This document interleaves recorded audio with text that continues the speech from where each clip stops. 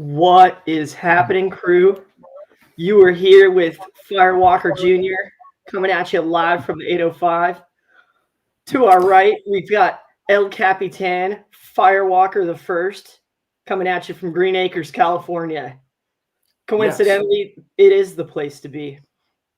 It is. How are you? Fantastic. I traveled well yesterday. I was in the air all day yesterday, coming back on the show. We'll talk about that later in the show here. Fantastic. I feel good. I'm feeling and acting younger than I've felt and acted in a long time. I don't know what's going on. Fountain of youth, or I don't know. I feel fantastic. And at any age, that's a good thing to feel. So how are you doing, son? What's going on with my B-man? That is so good. I think I told you all about this, but I made myself a promise at 39 and a half. I think I just thought about this years ago. I was like, I'm going to eat as clean as I can. I'm going to work out the way I've taught myself how to work out. I could be a personal trainer. Like I got that much knowledge about all of it now that why wouldn't I be using that for myself? And so I've just put in this incredible month, and I have my energy's completely changed. You know, I can sleep less, you know, getting my sleep patterns right. I've got sleep apnea, so I got to work on stuff for that. But it was kind of health mode. I got into health mode, which to me, it's like once you kind of feel the body and you do the right stuff, then the mind and spirit come along right there with it. It kind of supercharges all of it. You know, if you got bad fuel in the tank, you got no oil in the engine, you know, you're not running very good. So getting all that right. So I come into the trip, into being 40, you know, I want to feel 25. You know, bring along the wisdom with age, but I want to feel young for a long time. So glad to hear you say that, Dad. Because I don't know a 60. What are you, 64 now? 65? I don't know a younger 65. Who's counting? I don't know a younger 65-year-old person. I just don't.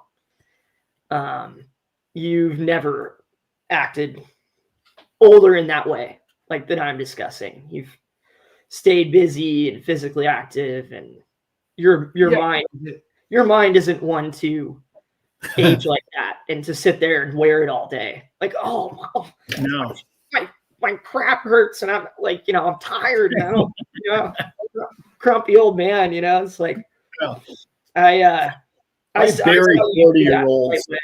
And I think you and I are very similar in that. Yeah. And so I think I'm really excited to kind of attack it that way. And it's easier, you know, you don't have to make it this difficult thing where, you know, you got to go win an Ironman event.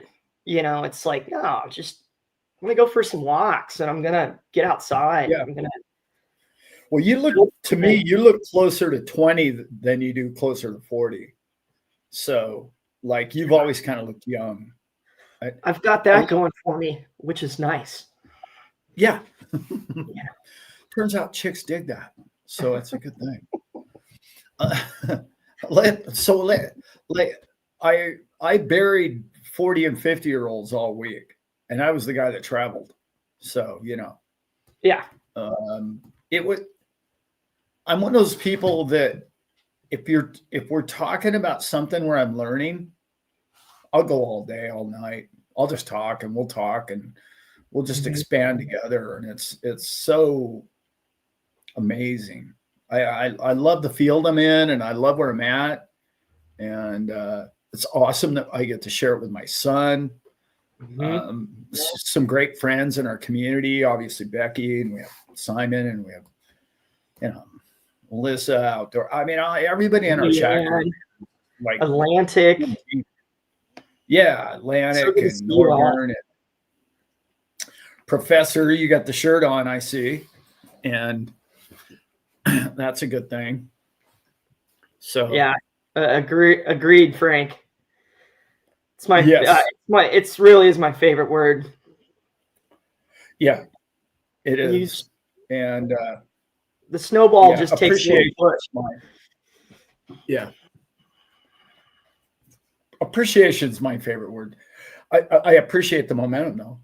How about that? Yeah. Yeah. Clay, so good talking to you this week, brother. Let's keep that going. Let's keep that going, brother. Yeah, Clay's coming to the show. Everybody, all you single women out there, we've got yeah. Clay Madison. Clay and I will Captain be we'll be at the bar putting out the vibe. You know. Yeah, Mr. Cattle Rancher Extraordinaire. Yeah, real man. Yeah, he's a real man. All right.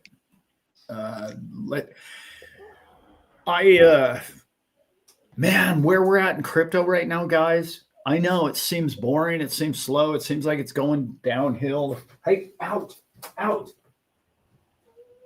I got a chicken trying to join the show here. I'll have none of that.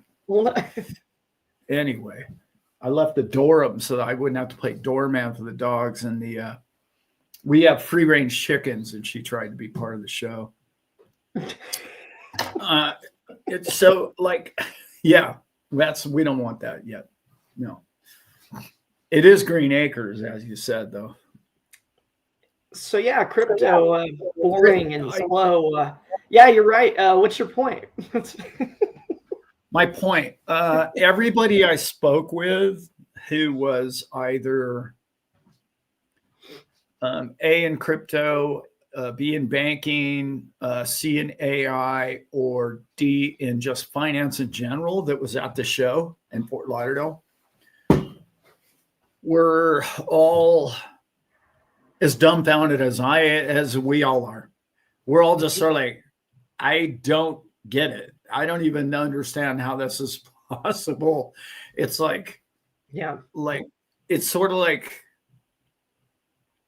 I mean, everybody's in and everybody's buying it and everybody's partaking in it. And all the financial people of the world are adopting it. And it's almost like something's been a secret for the last 15 years and that the secret is out, but the people that like need to build, it's almost like the city is being built.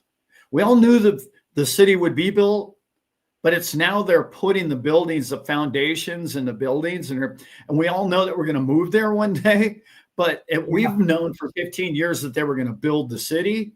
So we bought like land and we bought parcels and we had, hey, I have a whole street corner, you know, and we're like pre-Manhattan was Manhattan, and we bought the land and they're building the buildings on our land now. It's really, it's interesting because it could take another decade. I mean, nobody wants to hear that, but it could take another 5 to 10 years. Not the way the world works today. Usually things happen fast in the world today. Yeah. But the foundation is certainly being built. And the conversations I had and the people that I was with and were really amazing. Wasn't a whole lot of inside scoops. I shouldn't say that. I did get some pretty good stuff, but I have an interview coming out tomorrow morning. I'm going to post it tomorrow morning. And it's an interview I did with that many of you probably know, Max Avery. Max Avery and I had a poolside chat. We got to talk for, God, he and I hung out a couple hours, it seemed like, I guess, something like that. But Max and I have a lot in common as far as like understanding the banking system and the technology and where it's all moving. But it was good to get his perspective because he went to the Swell conference, in which, by the way, I've been invited to be at next year. So I will be going to Swell next year. Nice. Pretty much onboarding that. But he and I had a very informative poolside chat that you're not going to miss. You must not miss that tomorrow. He couldn't say a whole lot, although what he said and the players that he said was very eye-opening. So I kept tugging on a few of the strings to try and get everything out of him I could, but I didn't have to say much. I just let him fire. You know, it was great. I have an interview with him. I have an interview with any of you who know what Optio is. Optio is a coin or a company. It's a platform, if you will, that I absolutely fell in love with one of the co-founders. His energy, his wants and desires for mankind totally aligned with Alan and what I believe our community and our group to be. Look for that interview to come out in the next week or two. He'll be on my Thursday night live before long, I would imagine. Awesome. And Optio. And I see myself investing in their platform for sure. Not maybe, for sure in the future. Yeah. And not just at the coin level, by the way. Yeah. Dude. That's just the tip of the iceberg of what I got to talk about today. I got a million stories to go through if you want, but yeah. What do you working on, B-Man? We want. I'm excited to, I think you made the perfect analogy on the city thing. It still doesn't mean that you don't own the land and that it's coming. And patience is a key virtue, they say.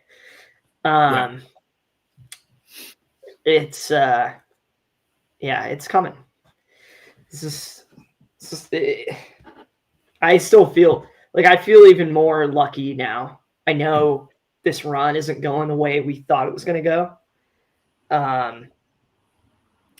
But I think there's also going to be some new levels of checkup, there's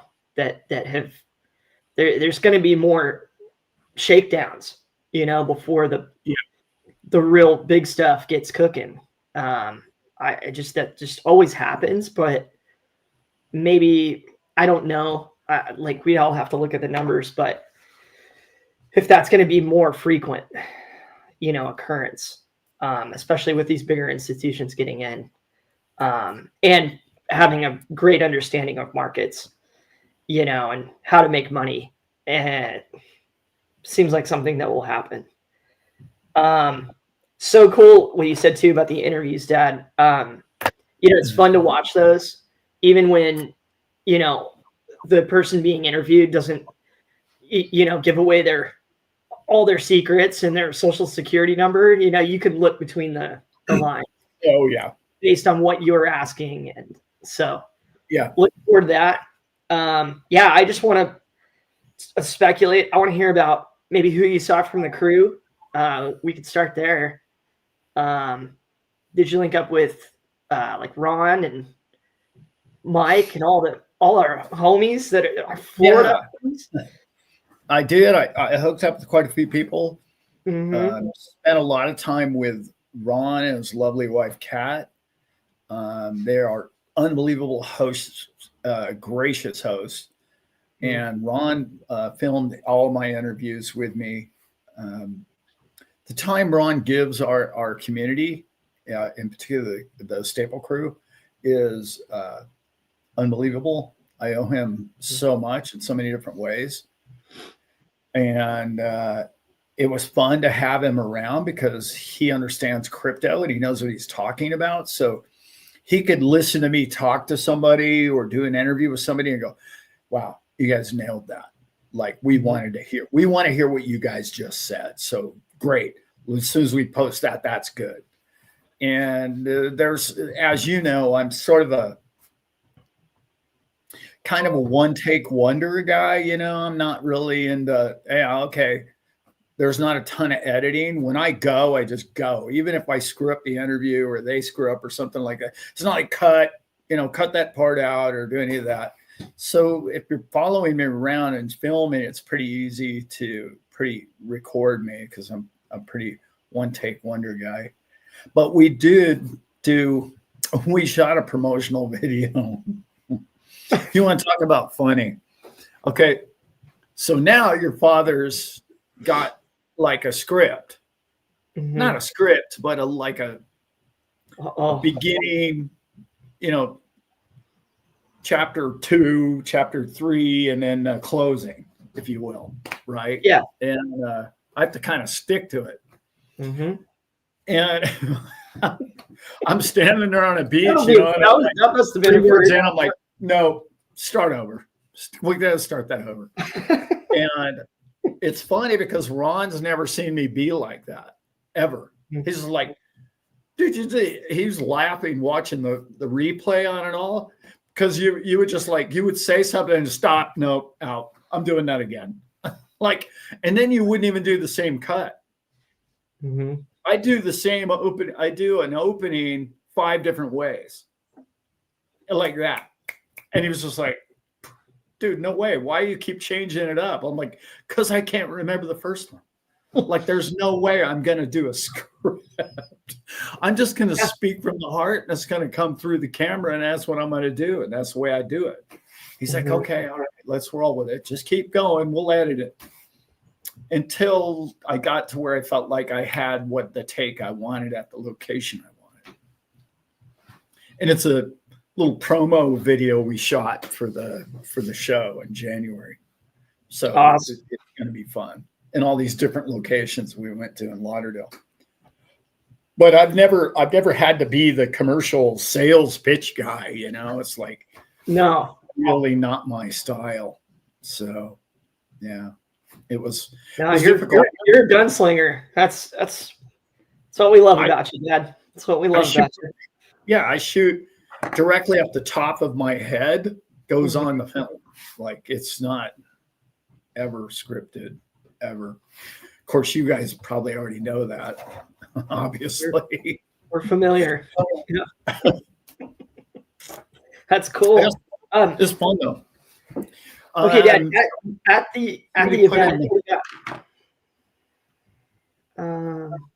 Somebody put in the chat that Max and Jake are coming to the party. What? Nice. Yeah. Dude, I love that. Thank you, Atlantic. Yeah. Yeah, I didn't get a chance to speak much with Jake at all. Both those guys got off the stage and they got mobbed, as you always do. And then so I kind of went downstairs and hung out with Max, and I hung out in the pool area down, kind of a VIP area that they had, which was really fun. By the way, not that I even saw him or hung out with him, but I was hanging out at Trump's cabana all day. Which was kind of cool. Eric Trump was there. Nice. Time, but I bailed before he was coming in because I knew they were going to lock the place down like they did with. Yeah. I was at Bitcoin when the vice president came in, and it was just like everybody was like strip searched on the spot, And I was like, I don't want any part of that. I'm out of here because I don't look at celebrities or famous people or stuff like that. I'm never in awe of those kind of people. I'm with you, Dad. Like, the president's going to be here today. I'm going to leave now before this thing does whatever the government's going to do to it. I'm out of here. Yeah. I don't want any part of it. No. I'd rather hang out with Becky for an hour and a half than most of those people. Yeah. Although Donald Trump would be I can honestly say of all the presidents, he'd be one of the ones that I'd like to hang out with. Only because he has a business mind. And I would like to talk to him about future opportunities for this country with crypto. That would, I think that would be it. You know. Yeah, and there's something cool about like any sitting president, you know, like to be able to pick their mind on something that you care about would be pretty cool. That depends who you talk to, of course. But preacher, thank you. Oh, here you go. Love that. Yeah, Vlad, can't wait to go with my dad and Rob into more shows. I'll always be a supporter of that. I totally agree with you. This is what happened to Jake and I. I was hanging out with, I don't know, 2 or 3 people. And when he got off the stage, we both looked at each other and we're like, yeah, okay, man, let's do something. And then when he walked by, we shook hands and said, hey, man, good to see you again. But he's got 10 people around him and I've got 5 people around me. And it's just like, it's one of those deals. Like you can't, you know, you just can't always get the deal done, you know? And I said, hey, man, I know you're getting on a plane in 2 hours. Let's sit down by the pool and do a little quick something or other. He goes, man, I'd love to. And he went and they dragged him to another stage. And then I never, you know, you have to go where the media people are dragging you by your arm. And like, he had to be on the next stage. And his cameraman was looking at me like, dude, you're number 1 on the list. We'd rather go on your show than those people's shows. But they were affiliated with the show and all that. So, but it was fun to see Jake and Max there. I got to hang out. Max and I laughed hard, but we had more fun. There's a guy, it's terrible. I can't remember his name right now. I should have. Show notes, Alan. There's a guy. Hello. There's a guy. I'm going to have him on the show. Don't even worry about that. There's a guy that back in 07, 08, had one of the largest brokerages in the world, in New York, Wall Street. And they literally came in his doors, FBI and 3-letter agencies with machine guns. You know, basically took all of his documents and everybody's phones, locked down the entire building, right? And he's a bit of an idol of mine. I've always worshiped the guy. It's terrible. I can't remember his name right now, but he was the guy, right? You know the movie, what was the movie with DiCaprio when he was a stockbroker? Oh, Wolf of Wall Street. Okay, you remember the original Wolf of Wall Street, right? Yes. Was not a good guy, okay? He was a con man. That sell me this pen. Yeah, right. Okay, this guy was a good guy, doing it honestly, doing it right, and making hundreds of millions of dollars, and they weren't having any of it. He was too honest. And they threw this guy in court. If anybody knows who I'm talking about, they threw the book at this man, and then they told everybody in the Wall Street community it was his fault that 08 happened. He's the one that crushed the banking institutions and all the rest of it. And they threw the man in prison with nothing. They got him, listen, this is hilarious, for obstruction of justice. And he's like, I'm only obstructing justice because you brought me in here unjustly and with no crime, and I didn't do anything wrong. And now you're accusing me of obstructing that. Like, I'm unable to cooperate. I didn't do what you're talking about. Right. It's like, I'm only fighting you because I was pulled in here for no reason. That's the only obstruction that even exists here. Right. It's like, that's obstruction, sir, and you're going to prison. So they took $100 million of his money. They destroyed his entire company, and then they sold it for pennies on the dollar to a parent company who wanted him all along that he wouldn't sell to, and he was absolutely hilarious. He tells the story. He's this, animated New Jersey, New York accent, kind of an Italian sounding guy. And it's absolutely comical. We're poolside, and it's Max and I, and I think the CEO from Optio, and just the three of us just standing there with this guy. And Ron caught the whole thing on video. I can't wait to see it. I haven't seen it. We are laughing our backside. I mean, I haven't laughed that hard in a long time. This guy's telling the story about it. It was so good. That's the kind of stuff. I'm going to say this. This is so important because it's on the tip of my mind right now. Mm-hmm. And I'm going to promote my own show in this way. When you go to these shows, like when you watch a YouTube video, or even a situation that Brent and I are in right now, and you're watching this video, you're getting content, and you're learning about stuff, and you're learning about how people think about crypto and how the world works. What you get at the show is when you're sitting down or in a group or just rubbing elbows with 10 other people, with whoever, Max or Jake or anybody else, they're standing around and they're talking loosely about what they know and the way they know it and who they know it with. Because 9 times out of 10, there's not a camera recording them. So they're like, okay, I can talk, let me tell you what I got going on. Well, this is what I got going. I can't put this on YouTube, but here's what's really happening. Here's what I really heard at the Swell conference.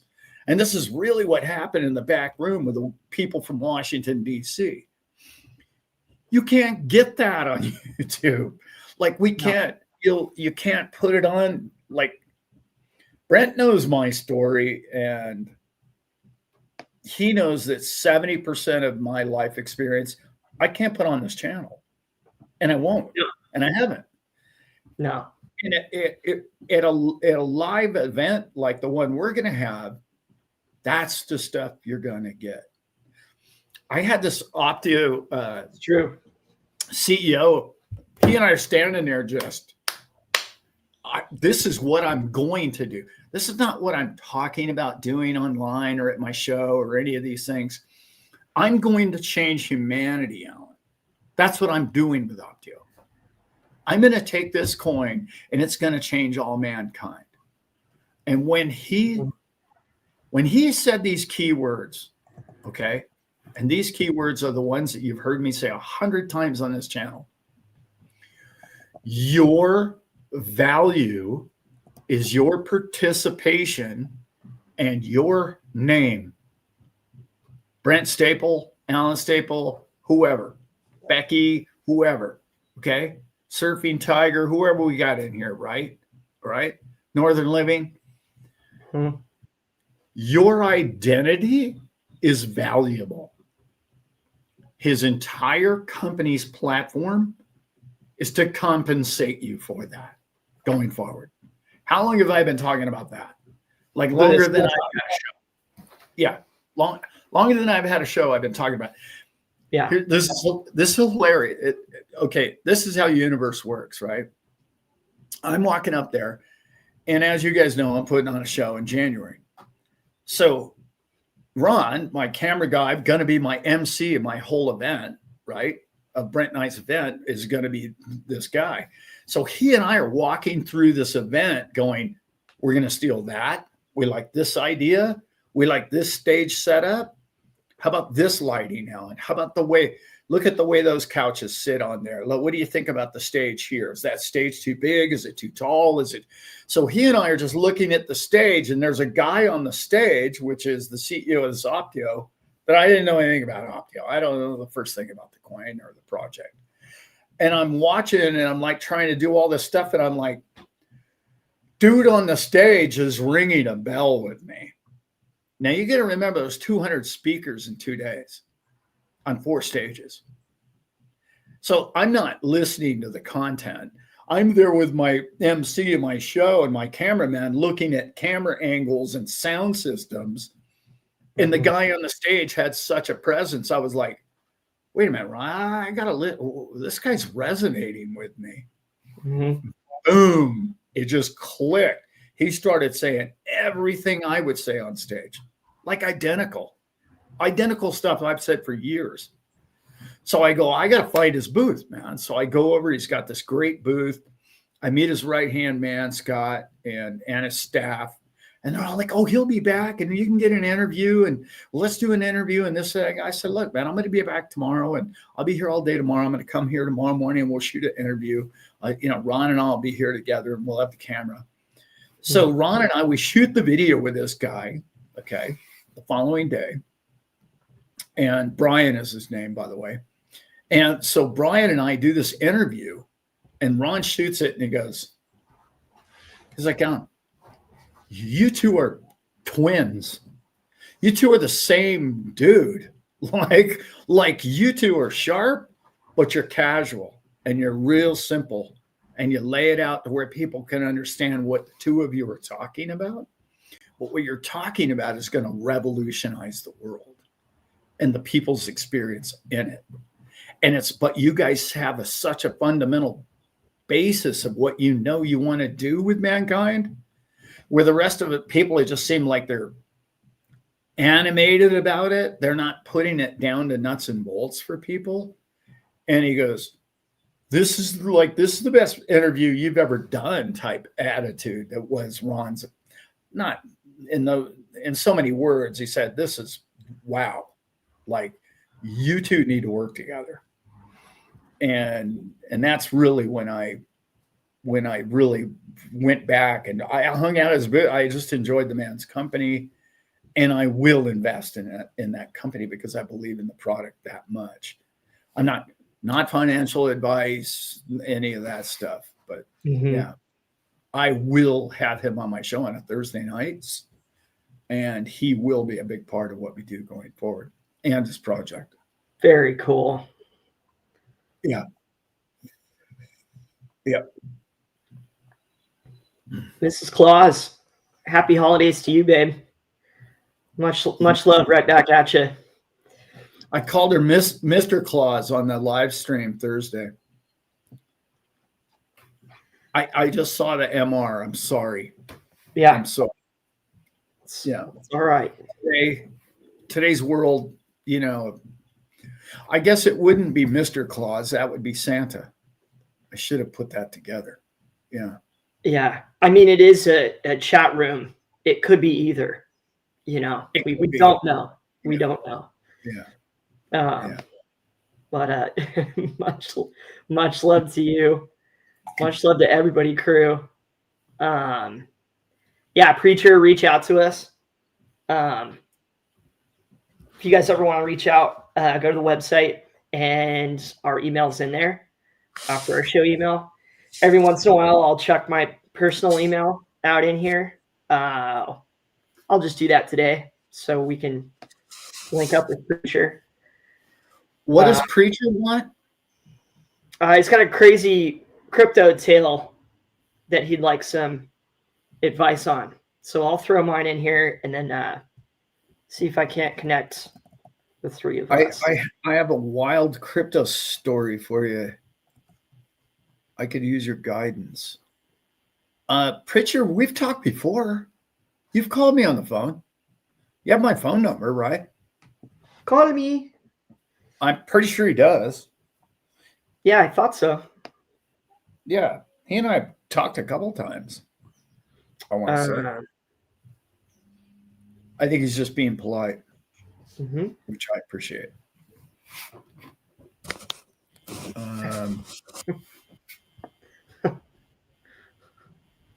Yeah. I'm glad, Leanne. I'm glad I can be entertaining. My healthy knowledge of film. I got real quick one on that. Big big reader. I was a big fiction reader growing up, and huge fan of Frankenstein. Love that book. A real deep look into human condition and love and all the other things. The film that just came out is on Netflix, is a 10 out of 10 movie. I couldn't believe it. I could not believe how good it was. So if you guys are into that kind of thing, check that out. I cried. It's a Frankenstein movie? Frankenstein movie. And all the ones from the past, you got your De Niro one and you got all these others. This one, it's like the right director, the right cast, the right script. They tweaked the book a little bit to, really flush out some more of the themes. And it's just it was a home run film. I was stoked. Anywho,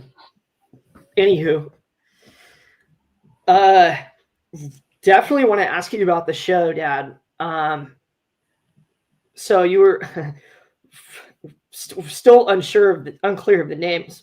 Blockchain Futura Crypto Convention. That's it. Brilliant. Yeah, brilliant. Futura. Yeah. Was there any, besides Optio, was there any companies that stood out to you? Any projects, any investment thoughts that really caught your eye that you were like, oh, wow, I didn't think about energy being able to do that. Or I didn't think about AI, creating a platform that kind of does this with this. Yeah.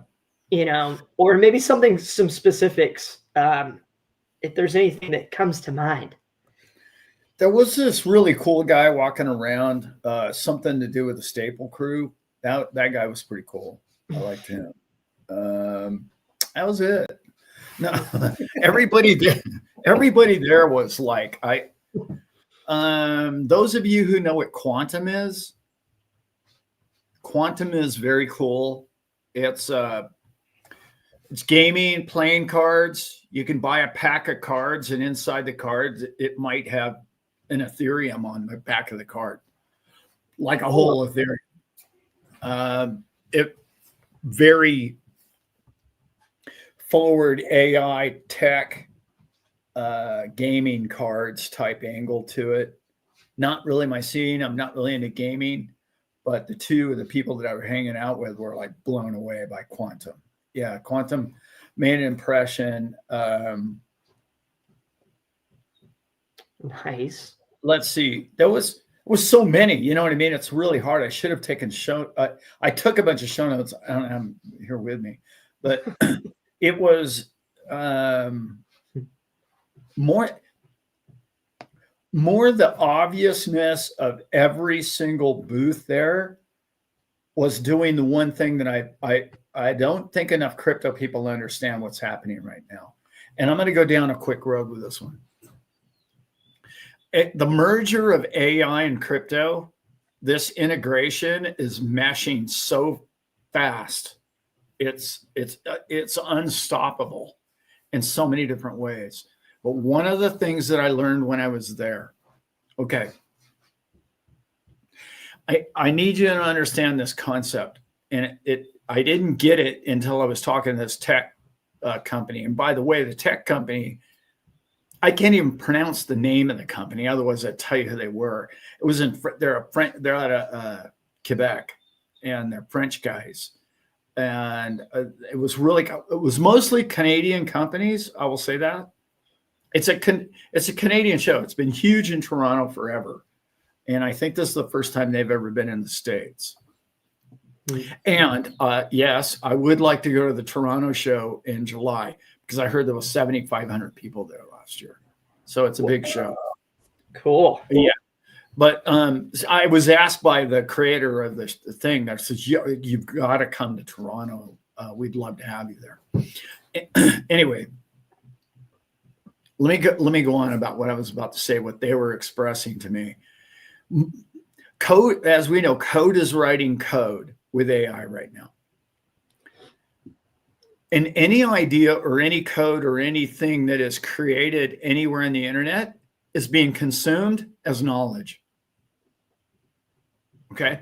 So if you research something that is in your mind and your creativity, I came to you with this idea and this concept, and you built the concept and the idea, even if it's story or even if it's fictitious or it's not even a real product yet, that's being absorbed by AI as a future possibility of a concept for mankind going forward.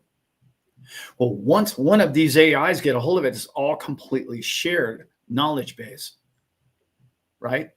It's almost all AI is open source in that sense, because it's just scrubbing.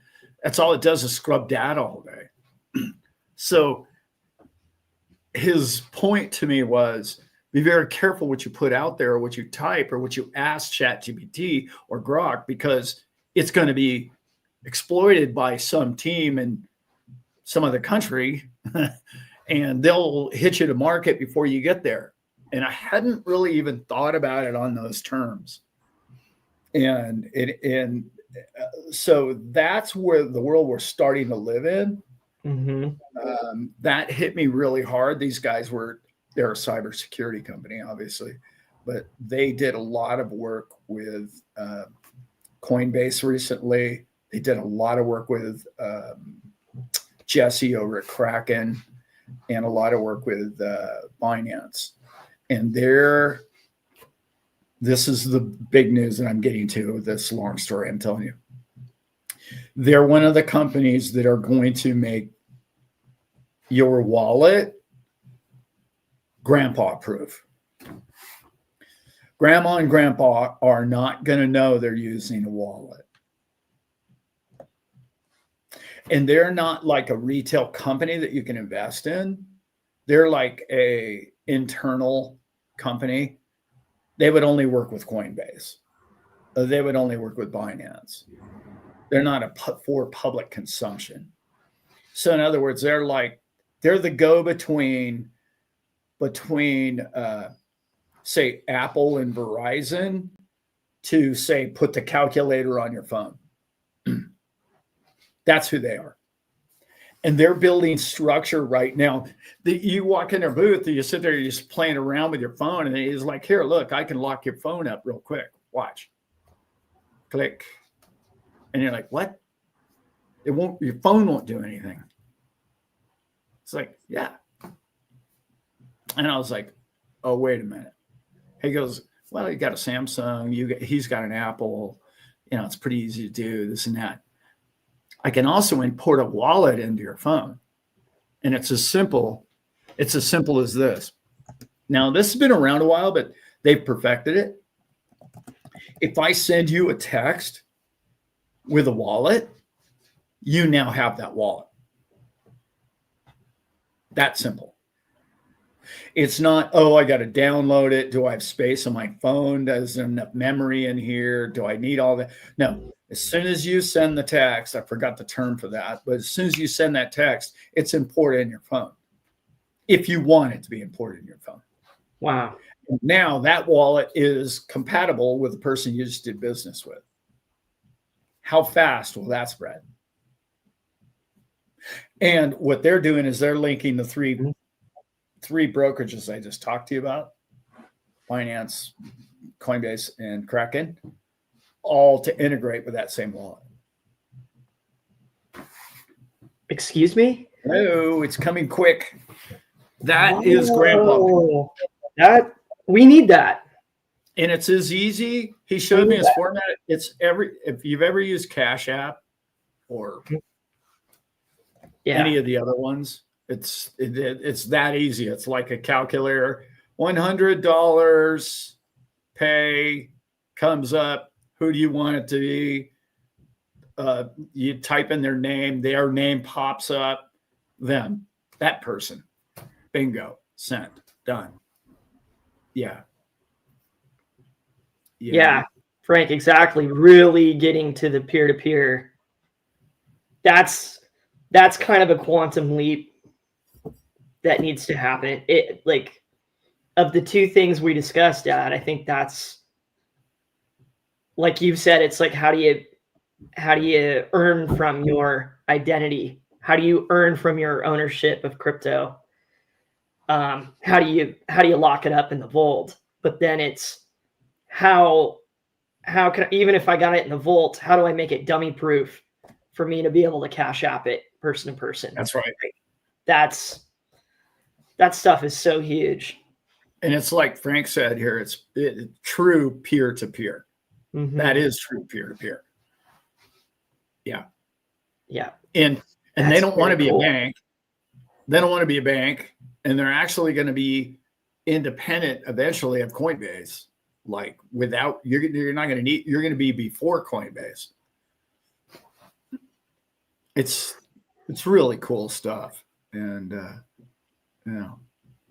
Atlantic Living. Yeah, there are, it's sort of amazing to me. I don't know why I should be amazed, but there's a lot of Canadian tech companies, a lot. And you don't really know they're Canadian until, you go to pretty much primarily a Canadian event. And then you're like, oh, wow, they're based out of Toronto. Oh, they're based out of, Quebec. They're based out of, wherever. And then you put two and two together, and they're kind of household everyday names that you don't really assume that would be Canadian. But I will tell you, by far, the most globally, and this is globally, guys. Well, I shouldn't say that. I don't know that to be true, but I'm fairly sure. By far, there's no state that has more going on than Texas. But, well, I should say this. Between Texas and Florida, like in particular northern Florida, the amount of tech that is coming out of, like, say, Sarasota North is unbelievable. Unbelievable what's going on. And it's like, and then the new tech boom, the new crypto boom, this exchange that Citadel and BlackRock are building for crypto is, well, Max and I sort of talk about it in the video tomorrow morning. You guys can, we're touching, he's just touching on it, but like I was talking to two people that were there from Washington, D.C. By the way, two of the people I met are Congress people. One person, terrible, I can't remember his name, but he was from Maryland, and he was a representative from Maryland. And he said, Alan, we got to do stuff together. We've got to do stuff together. Because he's maybe a year in crypto, but he's all in. He's like, man, I got a lot to learn, but I'm all in. Let me help you people do this thing. And yeah. Cool. Really, yeah. I love that. Yeah. That's classic. That's perfect. That's so good. I'm writing that down. That's so good. Y'all Street. I love it. Man. Yeah, so true. Justin had another one. Government potentially shooting out some stimmy checks here. That would be interesting. Probably put mine into something that's appreciating versus getting further watered down. Just not advice. Just what's going to happen. Yeah. Laura, going to the Australia crypto conference this month. Have so much fun. Tell us what it's about, what you like about it after you go. You can park your yacht in Darling Harbor in front of the convention hall. That's cool. Quick question from, we got a couple, Dad. We got one from Miss Claus. Regarding Go Baby Trader, can you make a cash deposit? Or we'll just say, can you use your trading platforms to convert and fuel the trader? Yes, and yes. Okay. You can fund it with cash, with stablecoin, or crypto. It's all three. Awesome. And I don't know how tax sensitive everyone is because we're all in a different tax bracket and a different boat. But this thing is so profitable that you better, before you open this thing up and start trading with it, consider the tax ramification. Mm-hmm. If you're making 5% on your money monthly, like that's a lot of income and that's taxable. So not financial advice or tax. I'm not a tax advisor at all, but I will say this.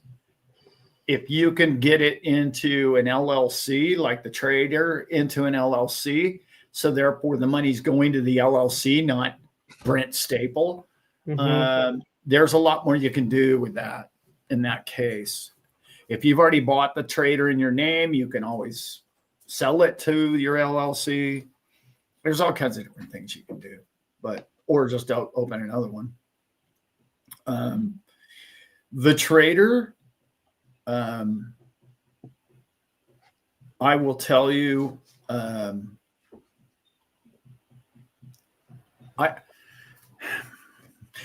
I'm hesitant to say this right now because I really don't want to say it, but I know it to be true.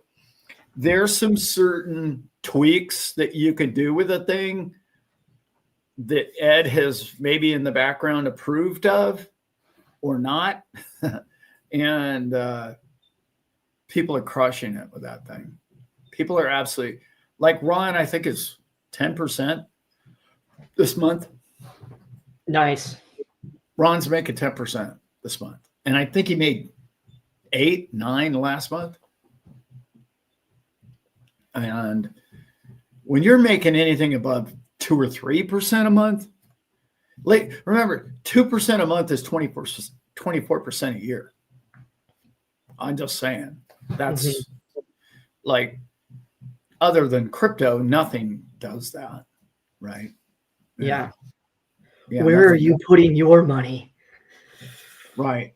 The bank? And this is truly set it and forget it. We had also one from TC Dad. I haven't used iTrust personally, but I know you know some stuff about it. Thinking about going to iTrust with half of my coins. Need some unbiased info. Yes. Yeah. Okay.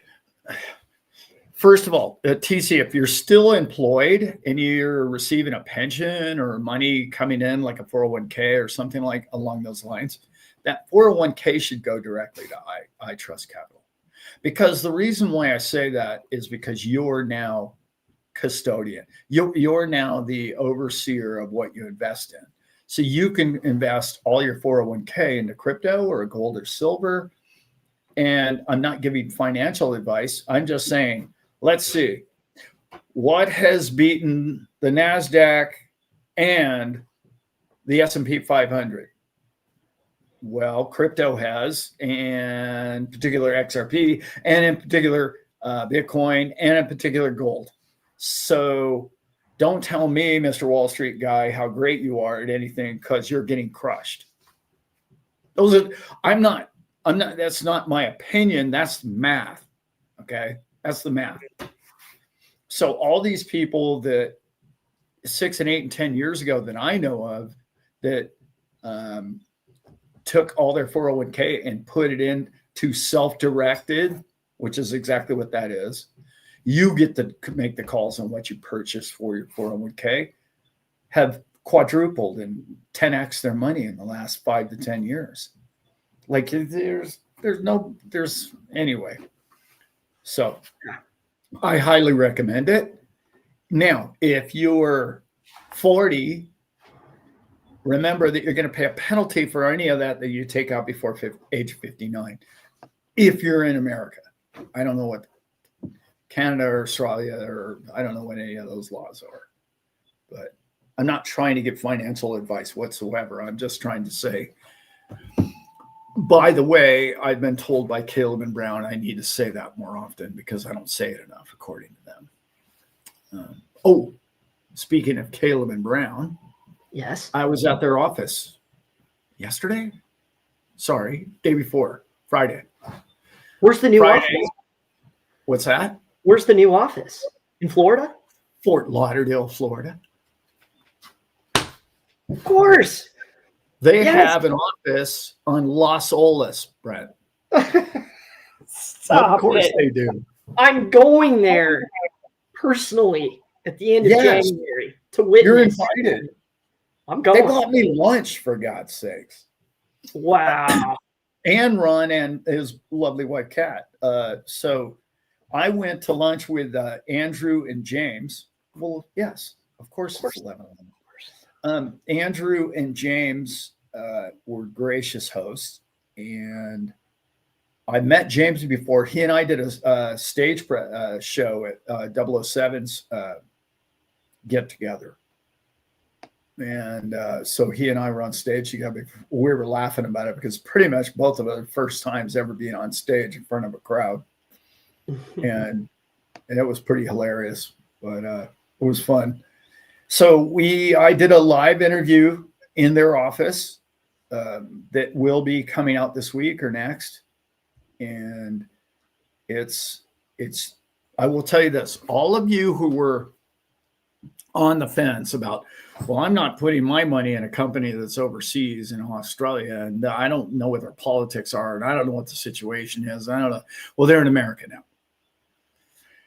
And in the interview, you're going to hear about the other locations in the U.S. they're talking about being in. Although they don't highly recommend you go knock on their door, if you felt the need, you could set that up. But they're having big time growing pains. In other words, they're exploding. Yeah. And it's good stuff. Yeah. Awesome. Yeah. Oh, yes. Yeah. I will. What's this? Ninja confirmed the stimmy checks this morning on his show. Did he? Interesting. Well, Thank okay. you. I mean, if Ninja said it, it's gold. Take that to the bank. Yeah, that's as good as gold. And I'm saying that sarcastically, but I actually really believe that. Yeah. I like Travis. I mean, Economic Ninja a lot. I think he's a good guy. Yeah. What was I going to say about I was almost done with the Caleb and Brown thing. Yes. Atlantic Living, no, it's not going to be part of my event to tour Caleb and Brown, but the entire staff will be at the party, at our show, I should say. They will all be there. And I think they have a team of like 7 or 8 people in there, something like that. And they're all invited. I don't know if they'll all make it, but they'll be there for 8 hours to ask any question you want or anything you want to know about. They did ask me not to divulge their location, as you know, they don't want their door knocked in. So, yeah. Yeah. Wow. Cool. Yeah. Great people. My gosh. Yeah. They're so cool.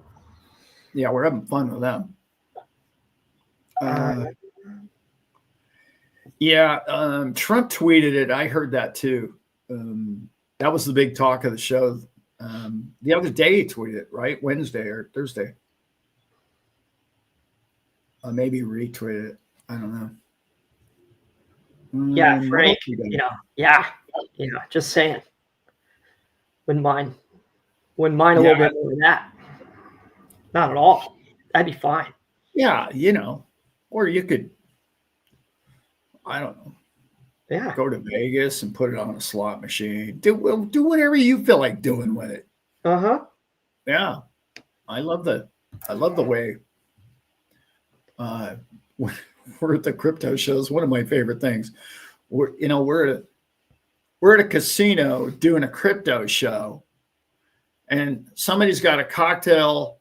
They're pulling a slot machine, and they got a cigarette in the other hand. And they're going, "Oh, crypto? That's risky."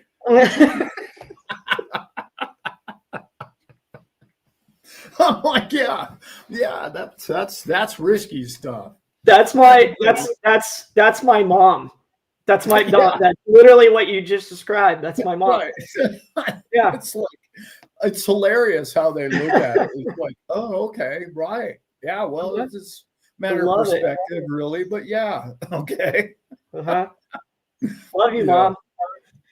It's so true. Uh, Oh, your mom doesn't drink, but or No. she didn't used to. she's got the cigarette in one hand though, and the slot puller in the other.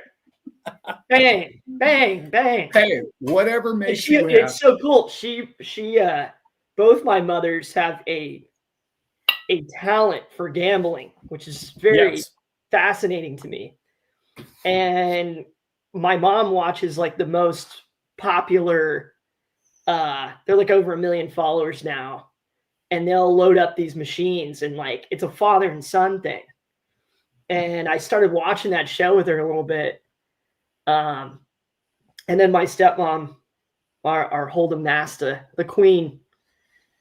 But they both my moms, I think, are doing pretty good. And I would say that my guess would be they're both ahead. Yeah, Lifetime definitely. for sure. I'm going to try to find that link, Carrie, that Becky put in here for us. It's right here. If you all are interested in going to this show that we've been discussing, it's going to be at the end of January.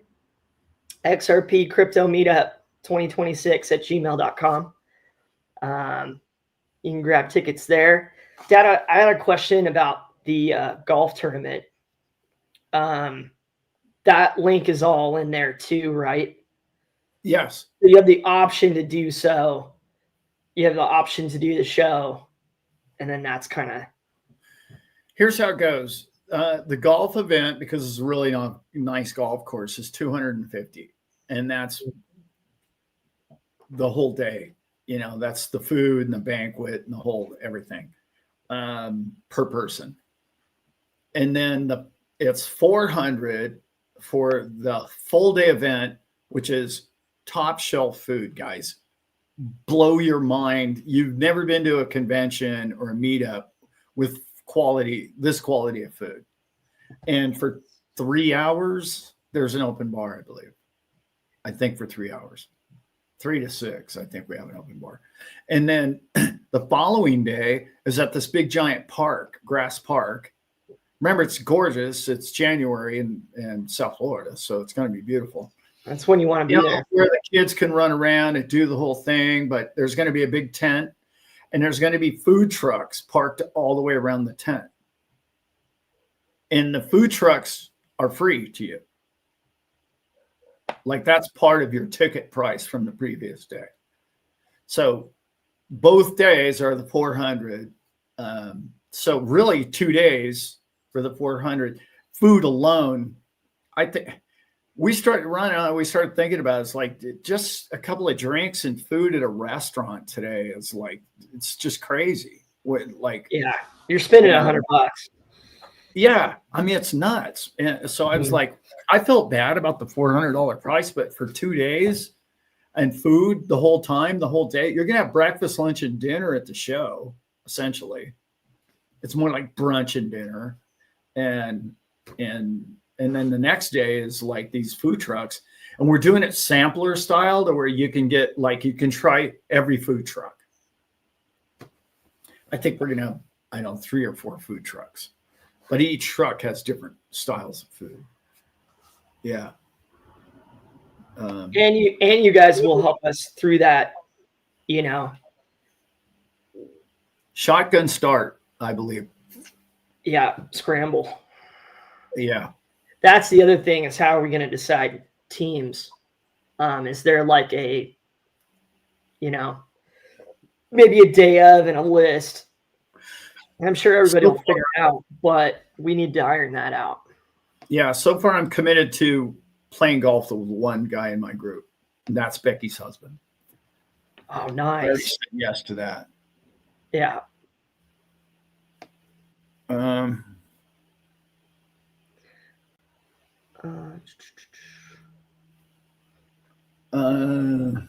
what is going on, crew? Okay, wait a minute. This is a good question. I need to see it in bigger print. Jolie, love you, girl. Where are you going? Is there a disadvantage to use the funding with minimum? Say 3K and then adding principal every month. Absolutely not. No. That's exactly how I would do it if I were you.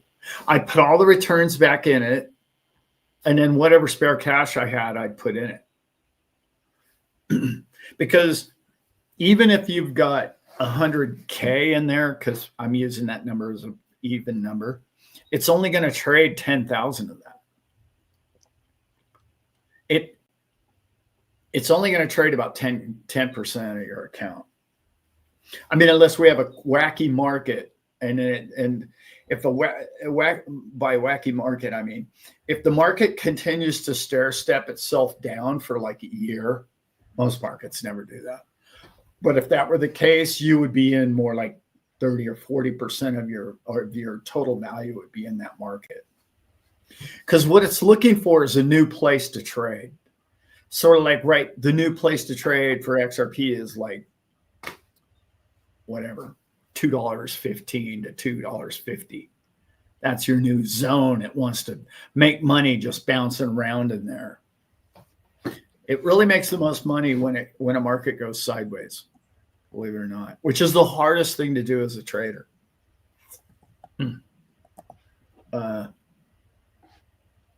Okay, the date is January 29 is the golf tournament. If you don't play golf, don't worry about 29th. Mm-hmm. The all-day event is the 30th, and that's a Friday. Okay. Is that correct, Brent? Yeah, it's a Friday. Yeah. 30th is a Friday. And then the 31st is an all day at the park. Officially it's 10 to 2 at the park, but you know how crypto people are. We could be there until midnight. You just never know. And the Friday event is 10 to 6, right? But remember, it gets dark at 6 in January.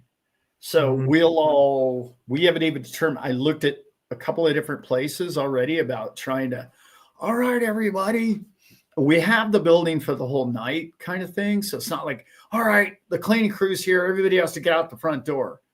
It takes 2 hours for everybody to get out of that place, right? Which is awesome. Not complaining. That's a good thing. I'm usually the last guy out the door, so that's why I know.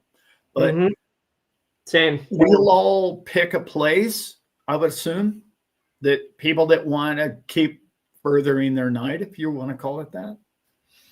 Yeah, right. I'm just saying perhaps they might want to partake in some events. Yes. And I will tell you, Ron and I sat out on Las Olas. We had a nice meal, and then we went out to a cigar bar and sat out on the road on Las Olas and just people watched with a cigar. Oh my God. It was awesome. It was just, I love it. I love Las Olas, man. Las Olas is really nice, guys, by the way. Maybe that's where we should go.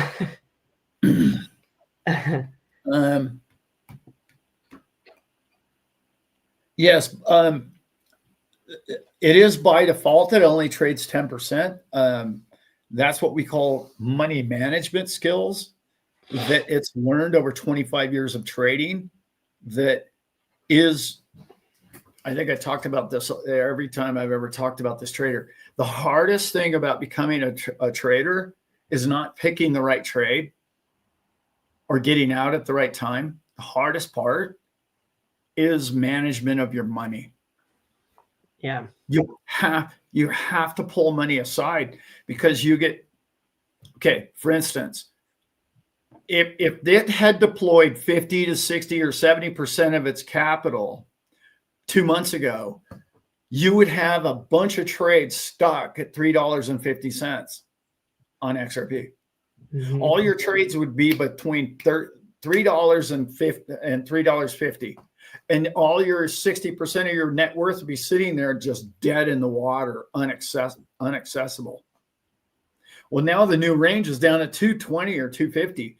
Like that's where you're making money all day now. And all those trades that are stuck at $3 are not of use to you. We call those bags. Those are your bags.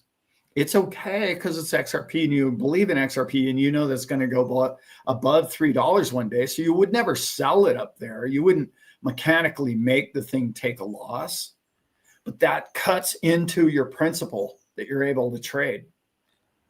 And if you get enough of those zones to where you got money locked up all over the board and that's not where it's trading now, and then you'll run out of capital to trade. And then you're like, uh-oh, I'm not making money at $1.20 or $1.40 anymore because it's all hung up there. That is the hardest part to keep track of. And it does all of that math for you. And it's brilliant, kit. I'm telling you guys, it's just what I learned.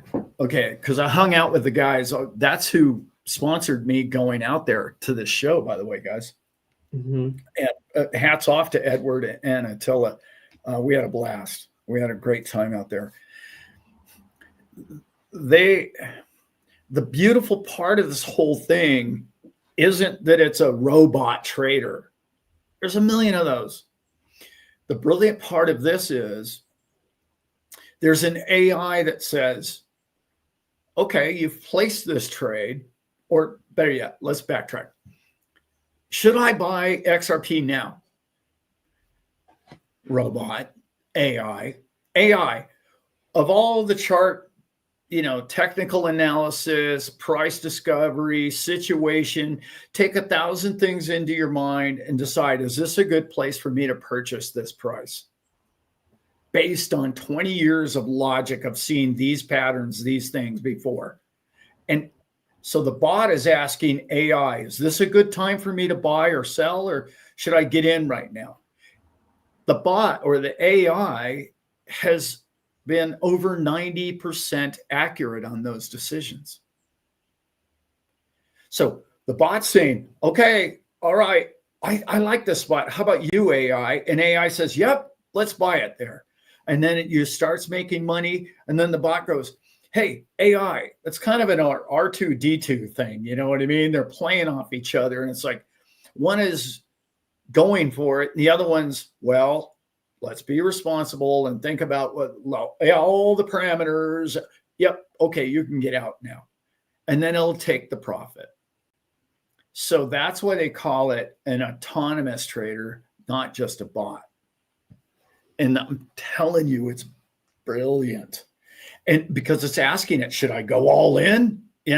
Should I just shove my chips? I got, aces on, I'm going all in. And it's playing money manager and decisionary guy for you, good cop, bad cop type thing all day long with 20 years of history of background. It's just brilliant, kit. I'm telling you guys, it's something. Yeah. Anyway, we're so lucky to have them. Let me tell you this, since we're talking about Travis and Economic Ninja, mm-hmm. He may or may not have called me recently or not long ago. And he has a lot of great ideas in the background that he hasn't done yet or he's thinking about doing. He doesn't have anything as good as this robot or this autonomous trader, Go Baby Trader. He doesn't have anything near that good. Nothing. In fact, I walked around a highly tech trade show that I just came from. Mm-hmm.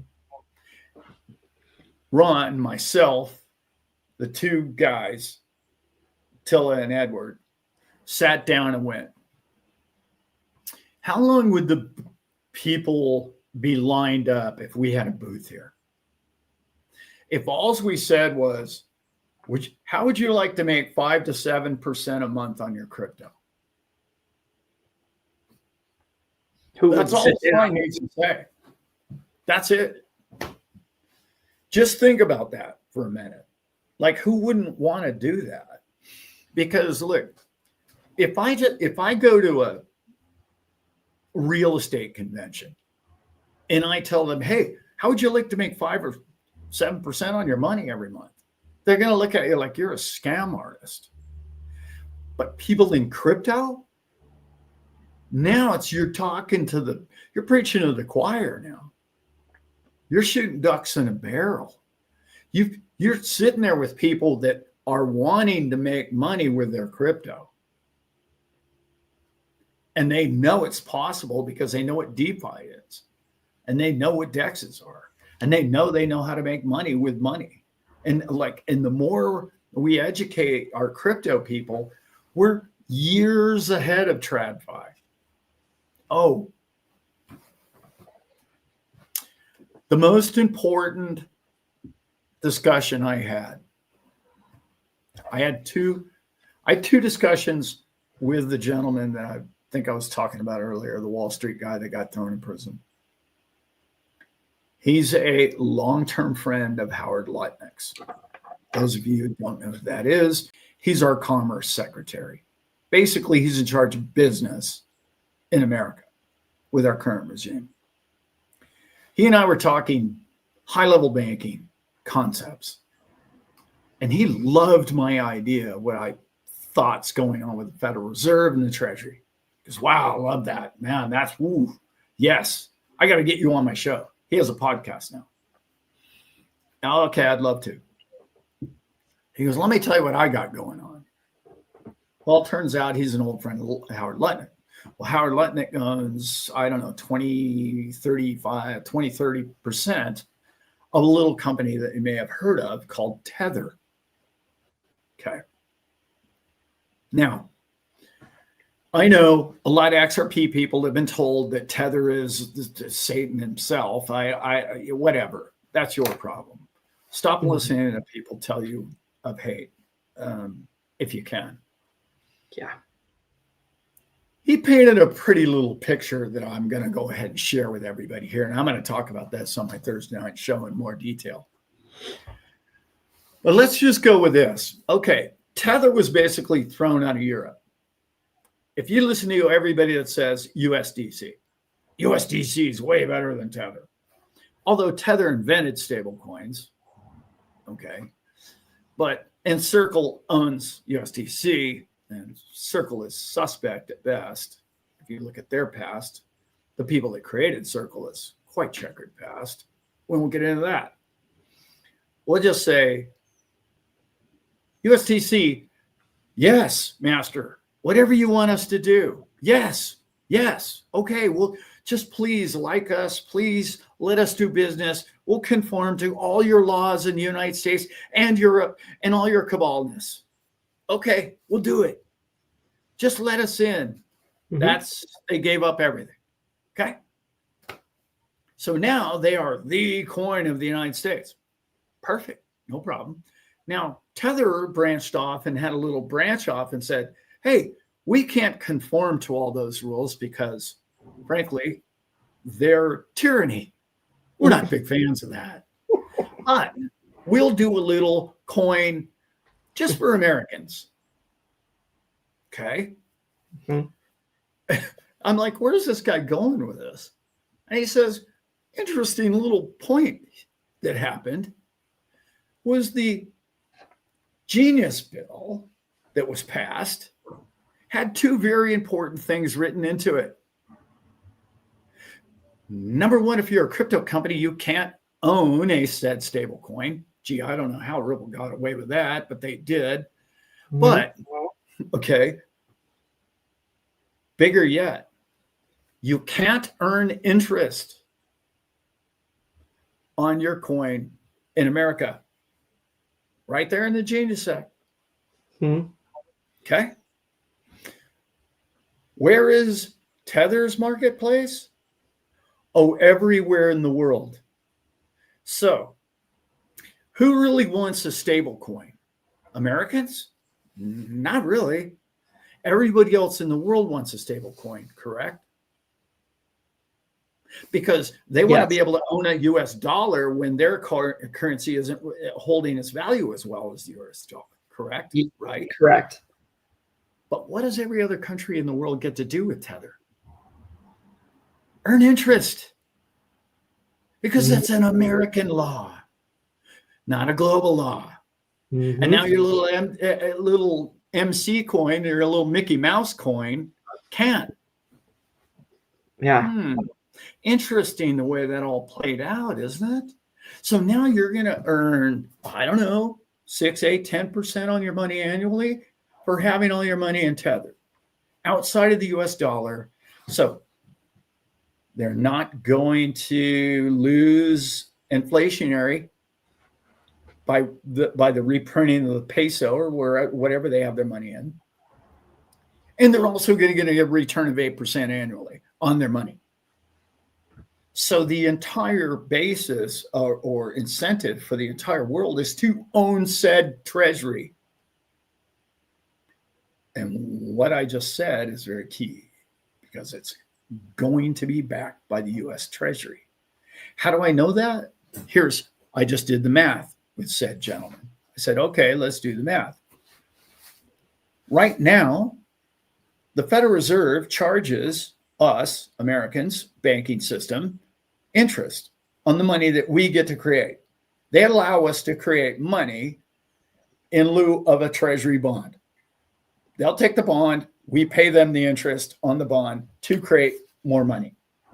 Okay? Mm-hmm. What if the US Treasury simply issued zero interest to, I don't know, companies like Tether, companies like Circle, and the US citizen doesn't have to pay interest on that treasury note that is created that we could sell around the world? And I don't know, you back it with XRP, you back it with Bitcoin, and then you have a bond that is backed by the US Treasury, eliminating central bank errors, eliminating the Federal Reserve. Because why would the US citizens pay interest on their own money? Well, we've done that for 100 years. That's where we came up with the 38 trillion. Let's not do that anymore because the entire rest of the world wants what we have. Now we're going to package it up in sweet little stable coins, give it to them with interest.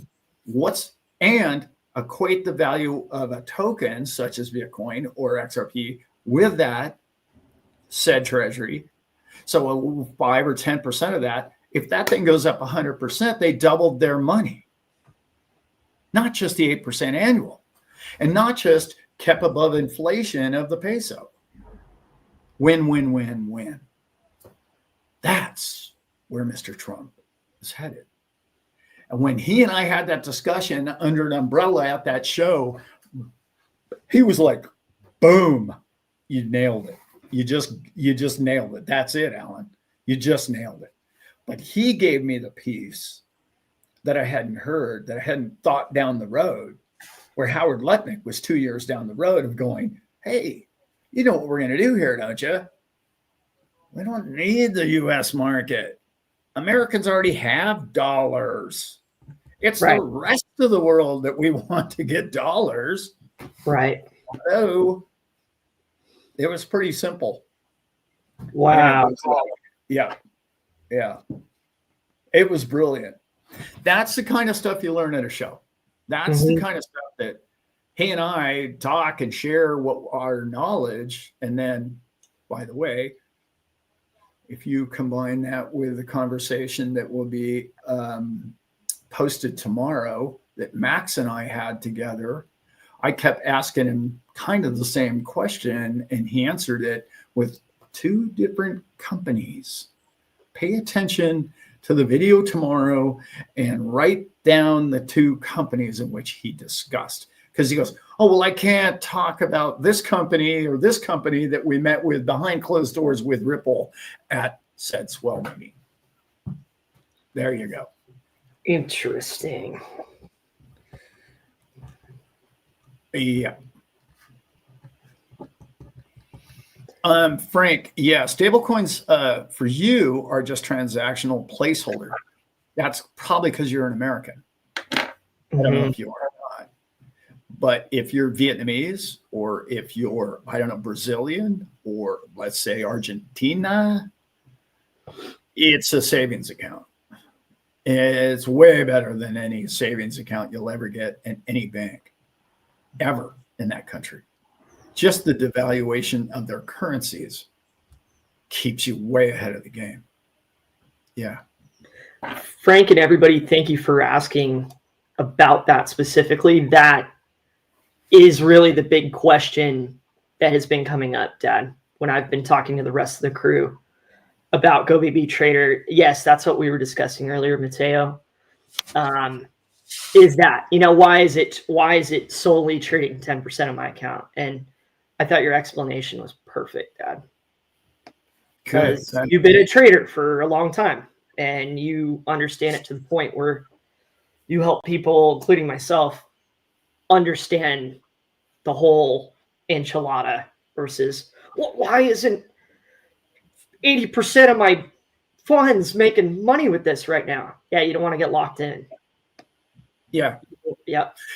And remember, it's only, you say to yourself, well, if it traded 90%, Alan, I would make, 40% that month instead of the 5% or 10% that it makes. Maybe, but it might lock your whole thing up. You might not make a dime the next 4 months. Right. Take your 5 and 7% and be happy. And like I say, you have to be a complete chimpanzee if you can't find a way to live off 5% monthly. Like that's 60% a year, like on your money. Yeah. You need to find a way to budget that to where it's doable. What's Kenny got to say? Kenny had a great comment. Sir, potential to speak with Ron or Alan about the tweaks that you could make to the trader. I'd also throw Simon into that. Everybody, if you are in touch with Simon, he's really the one that taught me how it all works and did it. He walked through it with me on a live. I want to say that was like a month, like 6 weeks ago, maybe. If you guys want to go through that video, but since then, setting it up and getting through all that. Yeah, I'm sure as it gets more popular with the group, Dad, are there those opportunities? And also remember, strategically, I've been so busy. I know it's a cop-out, an excuse, and it really is, working on some projects in my life. So I haven't had time to really sit down with the GoBaby and analyze all its functions the way other people have. Mm-hmm. I will have tweaks going forward for our community that will probably improve things. But remember, the people that are currently playing with it and currently tweaking it today, those tweaks are working today. Anytime you tweak a system, doesn't mean it's going to be producing like that next month. They're adjusting for current market situation and calculations. You have to understand that. This is not market. All you got to do is look back at the year of XRP. Pull a chart out of the XRP in the market that it's had. And there are certain zones or months in that chart that you'd look at it and go, wow, I would have made a lot of money here and I wouldn't have made any money here. And Ron is really picking this kid up quick, but I will tell you, he only has 60 days experience. He doesn't have, I wouldn't just, I'm going to rush in and grab all of Ron's settings. That works now.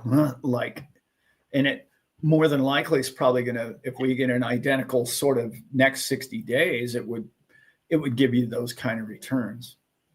Yeah. You have to, I know we say it's a set it and forget it, and it is. I don't know if you guys, this is such a great point. When we had Ed Barsano on our show that night, on a Thursday night show, he said, here's one trader. Last year he made 200%, and this year he's down. That was a really good example for everybody. Whatever that guy did to make 200% of his money the previous year isn't working this year. So let the bot figure that out for you. You try and get smarter than the AI, and it's like, wait, whoa. It's sort of, yeah. This is one of the biggest conclusions I got, okay, from that tech show that I went to over the weekend.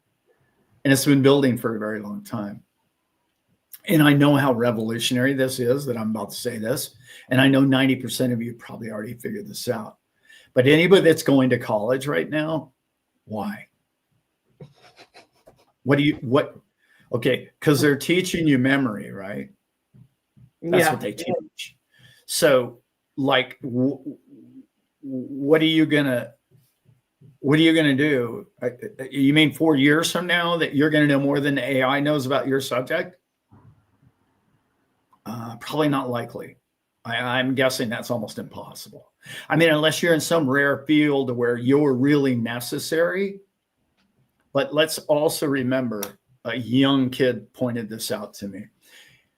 Alan, the jobs that will get most affected by AI in the next couple of years are the world's leading authorities.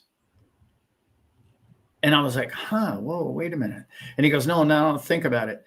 We don't want to hear what the bottom of the row is producing. We want to hear the cutting edge best people in their field, and AI is going to duplicate them. And he was so right. And he had so many different explanations of that. But it's, if you're in a memory field at all, if you require diagnosis or trying to figure something out, somebody goes to you to figure out a problem, your job's in jeopardy, big time. And that's how I feel about Go Baby Trader. That's why I was at that tech show, and I sat everybody down. We're sitting there by the pool at a cabana, and I'm sitting there. I go, now look, I don't know where you guys' heads are at, but we need to have a cabana. We need to have a booth at the Bitcoin show with this Go Baby Trader. We will have a line down the hallway. Yeah. And they're like, wow, do you think so? I'm like, yeah. Please. Like, all you got to do is swivel the laptop and say, well, this is what it's done for me for the last 8 months. Mm-hmm. Who doesn't want to make 5% of their money monthly? Who doesn't want to be on a beach while they're making money?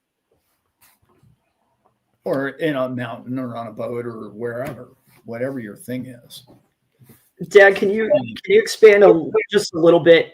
Mateo and Frank asked this, and we all kind of understand. But does the trader mind if it's in a bull or a bear? No. Right. Movement. People. Yeah. Movement, good. It needs volatility. Any movement in any direction. I think Ron brought it up Thursday night that Sui actually took 8 trades in one day because it was going up.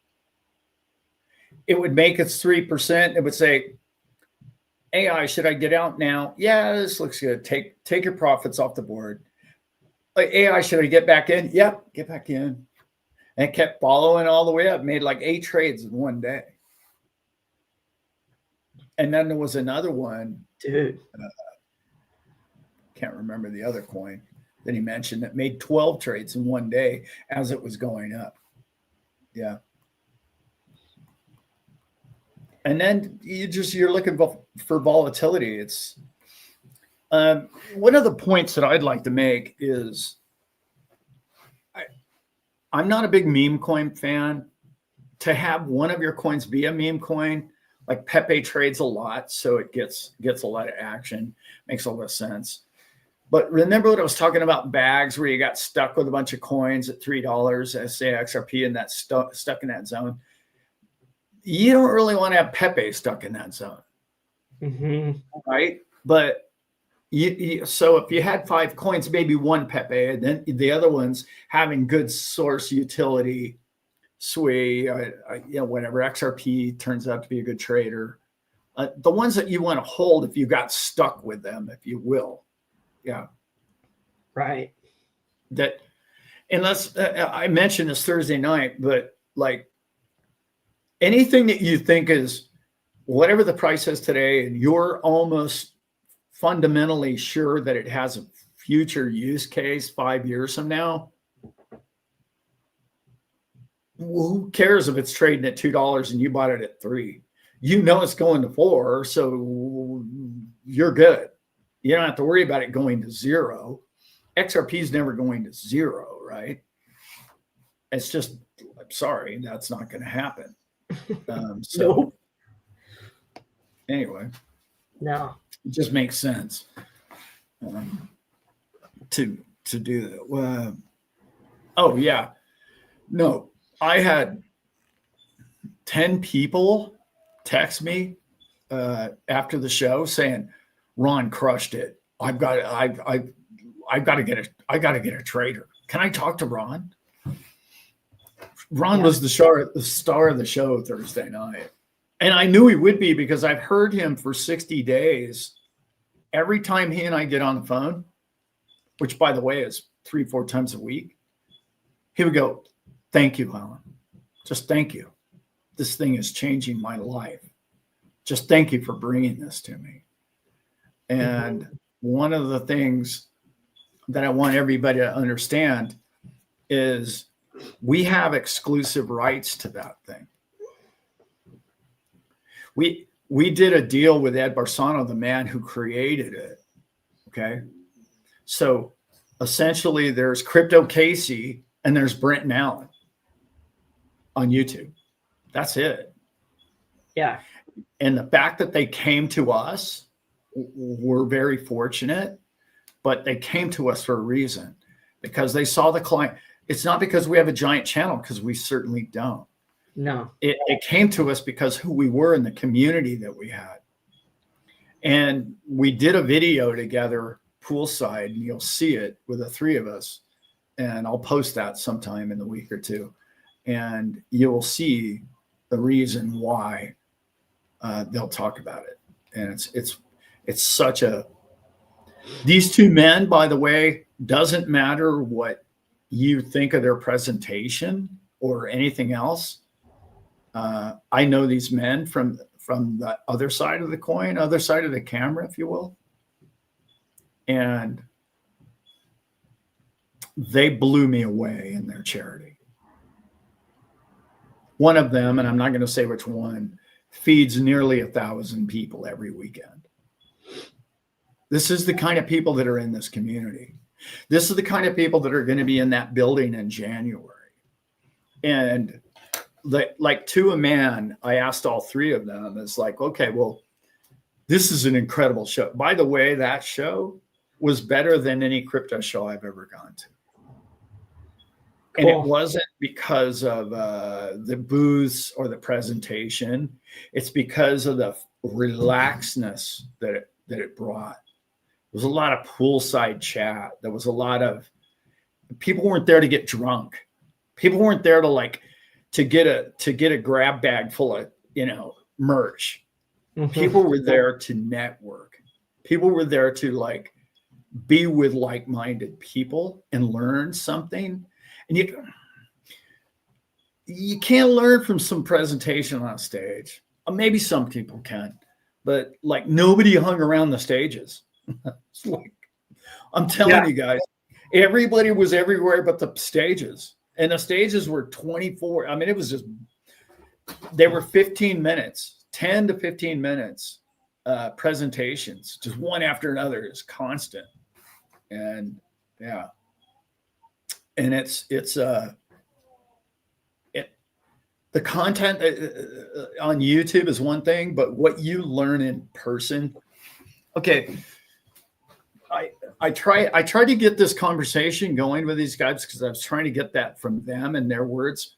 But something I've always said is, let's say you go to Las Vegas and it's a washing machine convention or real estate. It's totally different than a crypto show, because a crypto show is this. You got XRP. I got XRP. We know what it's going to do to the future of mankind. And we're in that club. You and I are that club. And we are going to do well financially together. So therefore, we have a family-like interest in each other's views, your opinions, your lifestyle, your what you would like to do with your said profits, what you would like to do for society, what you think about for mankind, and you're a visionary, or otherwise you wouldn't have bought the coin. You're a visionary. You're the future leader of how mankind's going to think. This is totally different than going to a washing machine convention because you work for Whirlpool. It's a totally different, it's not about learning about the tech even. It's about, oh, wow, these are my people, man. We're the future of success on this planet. And now I know 100 of them. And I feel like I know them. And every show you get, it's like a family reunion. It's not it's like a class reunion. It's what it feels like. It's just too much fun. Yeah. That's why I still go. What's that? That's why I still go. You know, you can, any of the speakers, you can get that on YouTube. You can get that on Rumble. You can get that through the company websites. You can read the bills. But what you cannot get is that inside hanging out with your friends and they're like, oh, wow, I got to tell you about this thing that came up for me, this opportunity, I'm so pumped about it.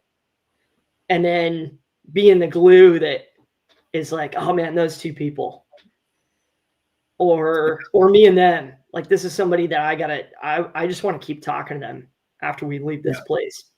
No, that's right. Why still go? Yeah. Yeah. That's why we want to do. It's why we want to do this with you guys. So much fun. It's like if you guys think I talk a lot on my shows, you should see me live. You should see me like Ron's like by 8 o'clock at night. Ron's just looking at me like, I got to go to bed, Alan. You've exhausted me. I'm done. I'm out of here. And I just keep going. I like, my whole thing is helping people. I know you guys don't know this about me, and it's hard to talk about yourself, right? Yeah, right. Exactly, Atlanta living. That's perfectly said. I don't even necessarily care that you get rich. I know it's not really my thing. I just care that you enjoy each other. I like being in a place where everybody's having a good time and everybody's learning and everybody's growing. That's my vibe. That's my vibe. Totally. Always has been. And yeah, I had a chat with a certain person. I won't mention their name because everybody in here would know who they are. But he and I had that same chat. And I said, at what point is enough money enough money? And he goes, well, never enough money. What do you mean? And I was like, no, at what point do you just simply start doing your show because you care about people? I called him straight out. Because, well, social networking, the money's always going to come in. And I go, yeah, no, I get that. By the way, I don't know if you guys have noticed, we don't put ads on our shows anymore. Done. I don't care. I know we're getting less views. I know. I don't care. Brent and I we don't need the money. It's not where we're doing it. And I find them so annoying because when I'm out of town, I have to actually watch commercials. And or when somebody sends me something, a YouTube video I got to watch. And I'm like, oh my God, how do you live through that? Like brutal. Anyway. Yeah, we've never paid ourselves out. It's gone to our assistants to help them expand platforms areas we can reach you guys. And then it's gone right back into the show itself and development, which is it's a cool thing to be able to say 4 years down the road. Yeah. You know, whereas we could have been business minded about it ourselves. I'm happy now that we didn't, because the business and the opportunity came from all of you. And those opportunities, like, you know, I'm happy my father has that kind of brain that, you know, he hears something like that and it's like, okay, I can see all the dots. Let's have an autonomous trader. We're all probably going to need a trust at some point. Wow, this thing's great. So yeah, the opportunity is there. We don't need to bog you guys down with ads. You're amazing no people. And your time and being here with us is very, very, that's the value. Yeah. I mean, you got to get, it's just crazy. It's, if you guys knew what YouTube pays these people anymore, you'd be like, why would you even? I wanted to get rid of it a long time ago. And then I just thought about it recently, and we're doing so well financially and everything else. I thought to myself, why are we annoying people with those things? And then I tried to take them off like 2-3 months ago, and the clicks went way down. Like I think YouTube doesn't promote the show as well when you don't. Right. Yeah. So then I thought, well, I don't care. I don't even care who watches these things. Like if you don't like our channel or our show, that's okay. I understand it. You got better things to do with your life. That's a good thing. That's not a bad thing. Yeah. Speaking of, let's let everybody get back to their weekend here. Let's do it. Yeah. Great job, Dad. Yeah, you did have 2 shows in you today. Oh, I could keep. Wait till you see the interviews that I'm going to post. I got one with Max coming in the morning. Okay, I already did the thumbnail. It's ready to go. Yeah. Link to Go Baby Trader. Where do we go for that, Dad? I believe we posted it on the show notes, don't we? Yes. Yeah, I just brain fade. Or it's on our channel. It's on our website. If you click on this video's information, like on the box below, it'll be there. Yeah. It's in the link below. Yeah, for sure. Russ, thank you, sir. Yeah. Man, great job in the comments today, everybody. Miss Claus, your positivity. Really appreciate the love. Excited to hear about what you do with the trader. Frank, amazing comments today. Becky, you are our wrench. You are. And our sister. And wouldn't want to do it without you. Would not. Thank you, Justin. All right, everybody. Much love. Stay awesome. Wish you all the best this